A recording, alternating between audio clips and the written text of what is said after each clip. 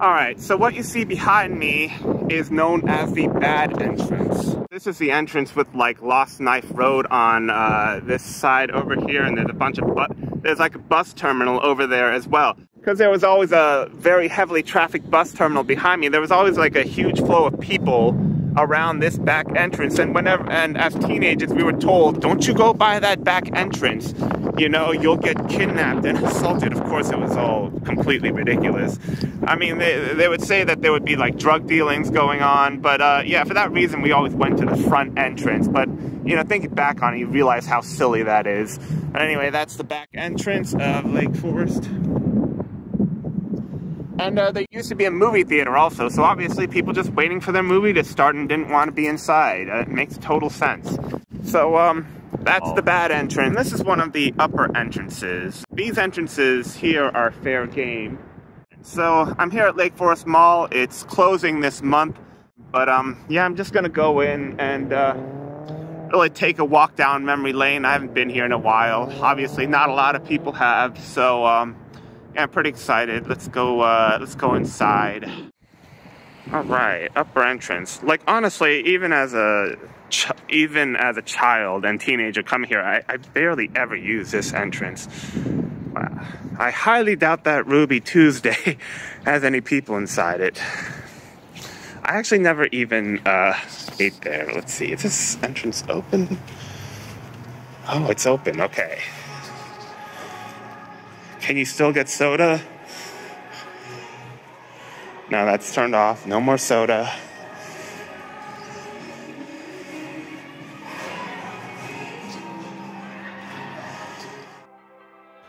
Okay, since the mall was playing copyrighted music, let's switch over to this royalty-free music and I'll go over the history of Lake Forest Mall. So the first plans for Lake Forest Mall were developed in the mid-1970s by the Taubman Company. By the mid-70s, the Taubman Company, out of Michigan, had over 25 years of mall building experience and were looking to expand into the burgeoning Washington, D.C. market. They would choose Gaithersburg, Maryland, about 10 miles north of D.C., as the mall's location. The Washington Post would call this the first far-out mall. At first, I thought this was just vernacular for the times, but after reading the article, I realized that it meant far out as in far from a major city. By the time it opened on September the 12th, 1978, Lake Forest Mall was the largest indoor shopping center in the entire country, boasting over 1 million square feet of retail space. The mall was an instant hit with its, for the time, breakthrough design and amenities. The mall featured 4 anchor stores: Hex, which would later become Macy's, JCPenney, Sears, and Woodward and Lothrop, which would later be replaced by Lord & Taylor. Obviously that's the Sears behind me. Yeah, there's some activity here because there's this working arcade behind me, and also the food court has exactly one. No, I'm sorry, there are 2 restaurants still in operation right now.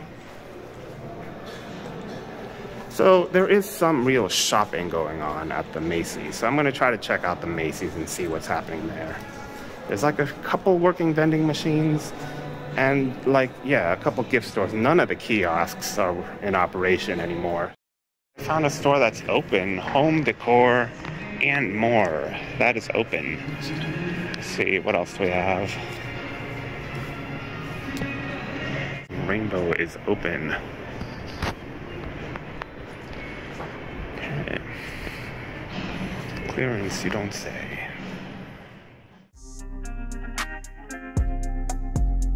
Now I'm heading towards one of the OG anchor stores, JCPenney. When Lake Forest launched, there was less than 50% occupancy. Of course, for a mall to be successful, it must have tenants. The Taubman Company, however, correctly predicted that the popularity of the mall would draw in more businesses wanting to set up shop. And through the 80s and 90s, the mall would thrive. It was a golden era in retail as, generally speaking, increasing globalization and advances in technology would see more goods, especially consumer electronics, hit store shelves. And up until the turn of the century, Lake Forest would be the hip place to be for Gaithersburg residents, especially bored high schoolers like yours truly. This is by the JCPenney side. As you can see, the JCPenney's behind me. What else we got? I'm by myself in this section of the mall, but there's a surprising number of people like over on the Macy's side. I thought that closed, but apparently it's open for a last store closing sale. There's like no one on this side because there's nothing open. There are a few stores open though.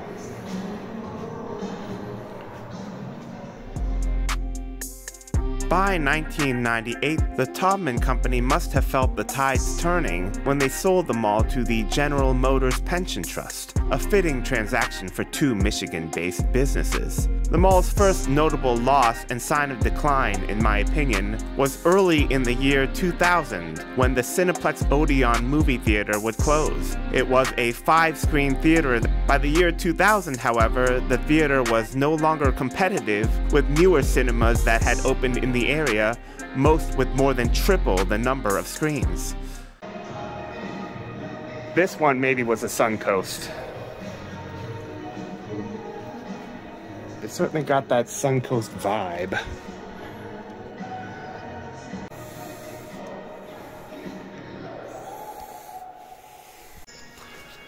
Alright. And nothing is open on this side. I just scared myself with my own reflection. This is like a liminal space, I think. It's, there's supposed to be people here, but there aren't. This is like the coolest thing, honestly. I went here as a kid and teenager and like people everywhere. I'm here by myself. Look, there's nobody here. Copyrighted music though.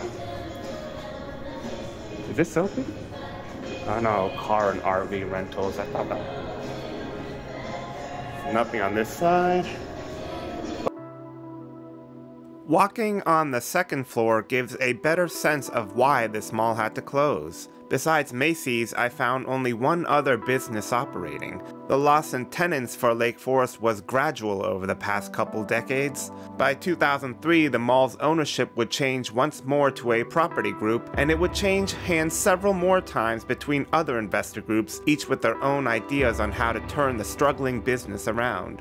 As I walk towards the center of the mall, I can't help but feel a bit sentimental as this part has visibly changed the most. What is now empty white tile was once carpeted steps with a beautiful blue tile penny fountain. I remember sticking my hands into the fountain to feel the pennies on the bottom, and how all that copper layering the bottom gave the fountain a unique smell that is forever burned into my memory. There's something innocent with the penny fountain as you make a wish before you throw it in, and are filled with optimism and hope afterwards. There's also a community trust as pennies were never taken out. Christmas was a big deal with all the typical decorations and kids waiting in line to see Santa. I remember never wanting to do that as a kid and being thankful that my parents never forced me to. Okay, I'm here at the central part. So back in the day, this elevator here was surrounded by this amazing blue tile fountain where people would throw pennies inside. And that was, as a child, that was really, really cool. But yeah, nothing here. The Macy's is actually open right now, so hey, go get your savings there. I'm walking now through the last surviving anchor store, Macy's. In 2019, after decades of operation each, Sears, JCPenney, and Lord & Taylor would all close their Lake Forest operations. This was 3 out of the 4 anchors closing all within months of each other. This was a critical blow to any hopes for Lake Forest revival, with Macy's the only anchor left. However, once the Macy's announced their plans to close earlier this year, the decision was finally made to shut the mall down for good.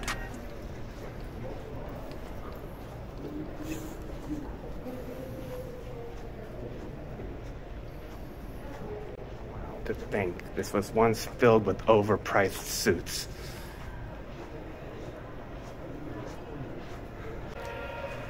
Nail City spot. So actually the signage of some of these is still there. Oh, there's Hacky. You see Hacky over there? I remember that. Get your keys cut there. Anyway, I think they're actually closing at 6 o'clock on a Saturday. They're gonna miss out on business. What are they doing?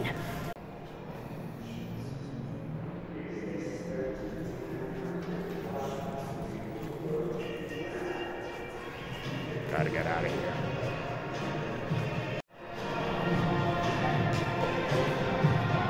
Do you think it works? Does it work? Oh, it works. Let's do it. One last elevator ride. We're doing it.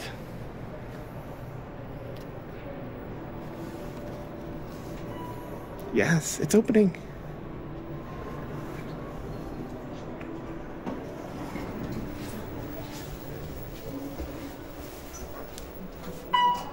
Oh my God, it's working.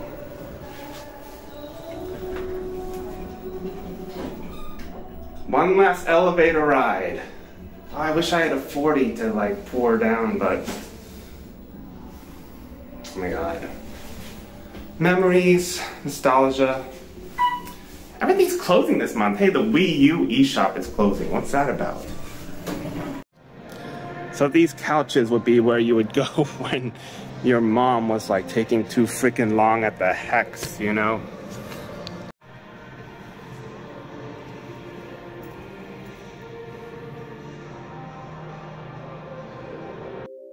Before I leave, I walk around the mall for one last time.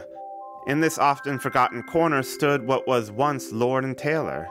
As I make this walk, I wonder what motivated me to make the long drive back to my hometown to see Lake Forest for one final time. I realize that nostalgia is very, very powerful. Here, I'm walking past what was once Electronics Boutique. Here I can see my teenage self waiting at the midnight launch for the Sega Dreamcast, and how in that time my only care in the world was how I was going to fare at school the next day after playing the new console with my brother until 4 in the morning. Many of us harbor desires to relive a rose-tinted past. We hope to rekindle past relationships and feel what we once did. And I think when the physical buildings and places where our past lives once took place are destroyed, the improbability of reliving the past moves into a state of the purely impossible. It's a stark reminder that times move forward, and that while we can all be willing custodians of our pasts, we ultimately have no other choice but to look ahead to the future.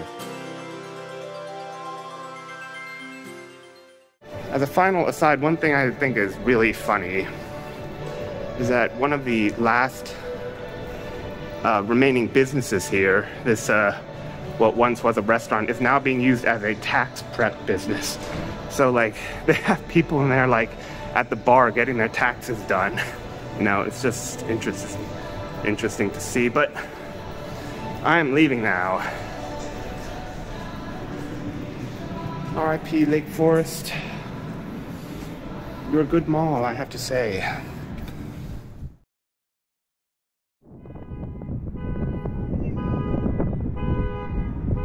Oh my God, are you kidding me?